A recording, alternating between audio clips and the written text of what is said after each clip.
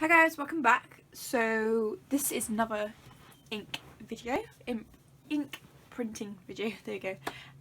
I've got one more A3 piece of A3 piece of paper left, and one A4 piece of paper left of upsell paper, which is basically paper I've rescued from a bin that someone's just going to chuck away. Absolutely nothing wrong with it. It's like a few little marks, but nothing too serious that you can't really reuse it. Even if it did have a lot of marks on it, I would still use it for this.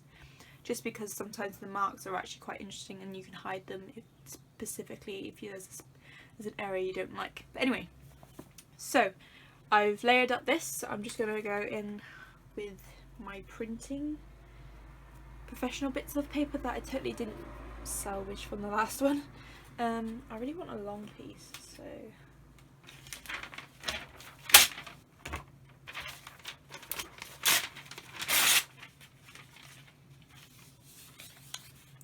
Question is, do I do portrait or landscape? I did do a portrait one last time, which turned out to work better as a landscape, so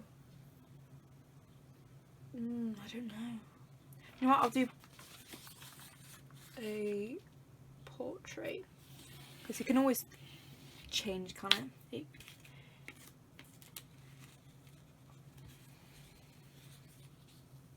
Hide that hole.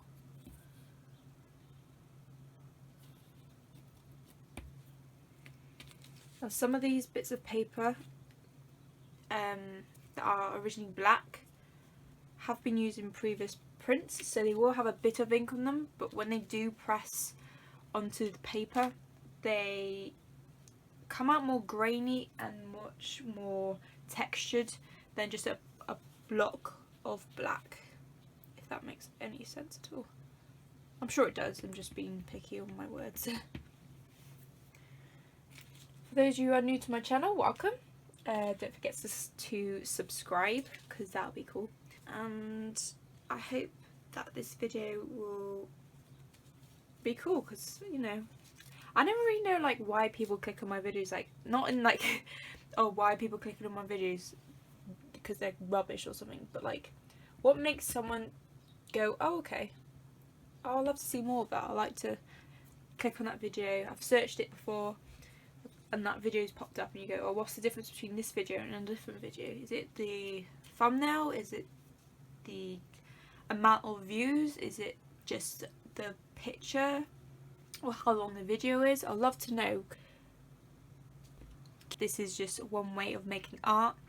I love to show people the process, because when you go to galleries or you go to an arts fair, you see a lot of finished work. You don't ever really see art in process, or you see them making the art. Like sometimes you can see them, like with dance art, you do see people making art right in front of you. You can't really exactly take it home, it's much more visual, but when it comes to people making art and showing you how they made it, it's very, very rare, and I feel like that's the thing that's missing from a lot of arts today, is people showing them the process of how they are making the artwork. Because I find it interesting, I find it really interesting how they got from A to B, even if they're just talking about it, or even like showing it. Like one of the main, I think I only follow like 2 or 3 actual artists, like fine art artists on YouTube, and that's mainly because of their process. They explain and show their process. Like one of the first ones I subscribed to was, her channel's called Mixed Media Girl. She's like one of my favourites. She's the reason why I got into a lot of acrylic pouring and soon to be resin pouring, which I hope will go very far, will go very well. What was I saying? Oh yeah, it was just like, yeah, I just don't get why artists just go, like, obviously some of them can't help it, because obviously the main point is to sell the work at the end of the day. With some people, not everyone does it. Yeah, I just wish some people just, well, some artists just show the process of it. Obviously there might be a lot more out there than I know, and if they do, please let me know and I'll go check them out, because I always love to do a bit of artist research on other artists, and also they give a lot of ideas. There's some pretty cool ideas and art out there that you never would think of doing. Like this is pretty simple. This is just paper and ink and more paper, but the the outcomes are really, really quite cool. I love this. This is such a simple way of creating art, and it's never the same. Like, you never do the same composition, you never really do the same sort of marks that you get from the off print. It's always completely and utterly different from what you expect.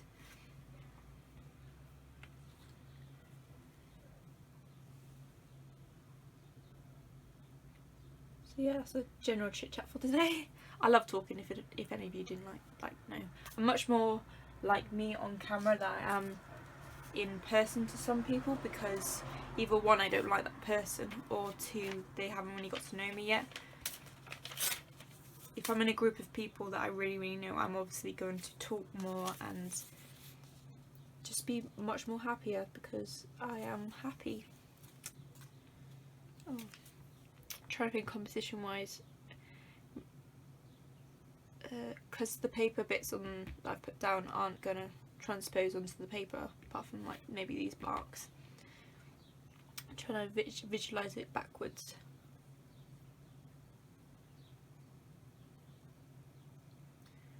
I feel like I need there is that bright part here and there, a little bit there. I feel like I need a little bit more down here.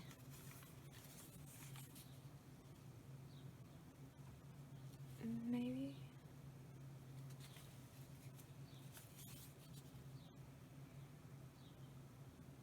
In terms of spacing, like in my head, I'm looking at this and I'm like, okay, there's an equal amount of space there. Space is a bit big here, but then it gets shredded away by these pieces of paper and then narrows down. You got this big piece here. It goes into a little tunnel funnel.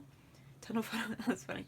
And then obviously back here it comes to about a smaller length. I just kind of want. I think I need some more like these bits, but in tiny, like really tiny minute ones, but really, really bright white. So I'm just going to stick a couple around here.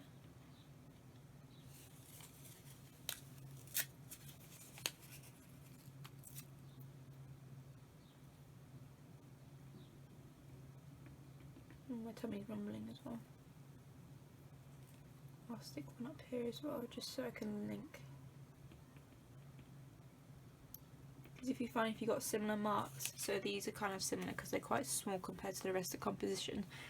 Because these are quite similar, your eyes are naturally going to go to this area. So if you've got other shapes that are in the kind of same line, like with this one, this long piece here, I would link back to this part because this is white and it's long and elongated compared to the rest of them, which are kind of stodgy and short. Then again, you've got, yeah, if that makes any sense. Okay, I think I'm going to go for it. I'm hoping there's not going to be too much black. Yeah, be fine. Be fine, Laura. Stop worrying so much and get on with it. Okay, so this is a piece of paper. See, like I said before, there's not much wrong with it. There's like little bits of marks. That's just finger marks from where I've been picking up the paper with dirty hands. So I'm going to print on this side because that side is a lot more cleaner. It's going to sound really obvious, but how I actually wetted the paper, I put it in a sink and just turned the tap on. Obviously you don't take it straight out and then just whack it straight on the piece, like the print. You actually, well, funny enough, we have a banister and it had like towels hanging over it, and it actually sticks to the towels, so that way it kind of drains out a bit of the water, because obviously the towels soak up the water, but any other excess water should be in here. Okay, I'm going to tear up a piece of paper and then stand on that, and then to stand on the paper, because I could just visualise myself like my feet going through the print and I'll be like, oh no. So this bit of process, normally if you're at university or college or having a proper studio moment and you're lucky enough to have a print press, I was like, what the hell is it? You know, you print for it, but it's a press. This is what you know, like you send it underneath, but obviously I don't have that because I work from home and trying to rent out a printing studio for a day is a lot more expensive than you think. So there's that bit. You can start to see some of the shapes popping through. I didn't lay this down very flat, so there might be some creases in it. It'll be fine. I'm gonna add to the effect. Okay, and there's this part.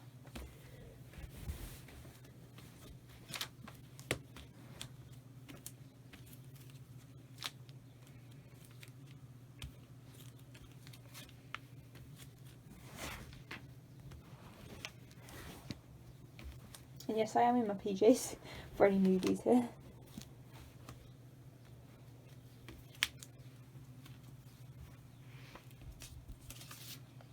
Okay, I don't know if you can see on camera. Oh, I've moved you, sorry.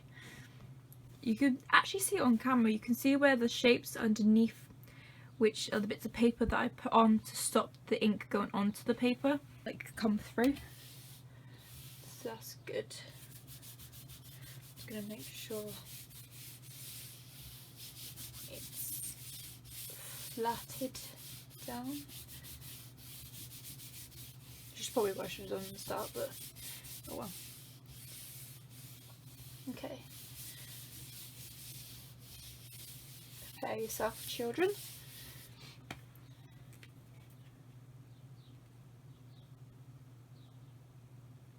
I generally didn't think it was going to print now.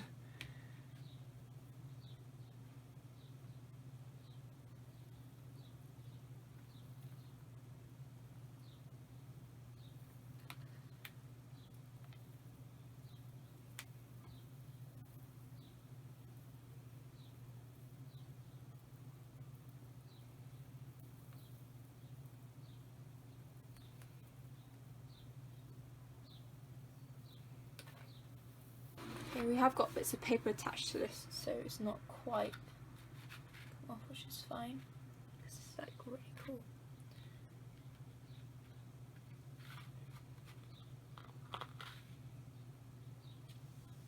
Any more? In my eyes, we'll probably go this way, but that could change. Like it always does change as soon as it dries.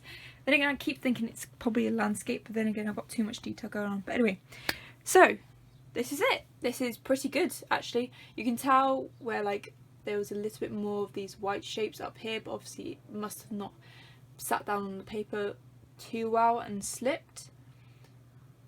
It happens. Mistakes happen, but sometimes they're really cool. This is what I mean by like the paper that has already got ink on it, but it's not as prominent.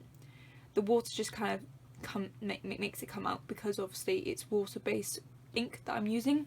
These lines up here are really, really cool, and this kind of degrading of shapes is really nice, and that dark line there against the contrasting white is really, really nice.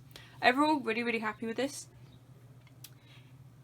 Definitely not what I was expecting to come out, but then again, that's the whole, it's like kind of like a chance. You kind of let the medium do its own thing. You can't control it apart from one area, which is putting the paper on and then flattening it.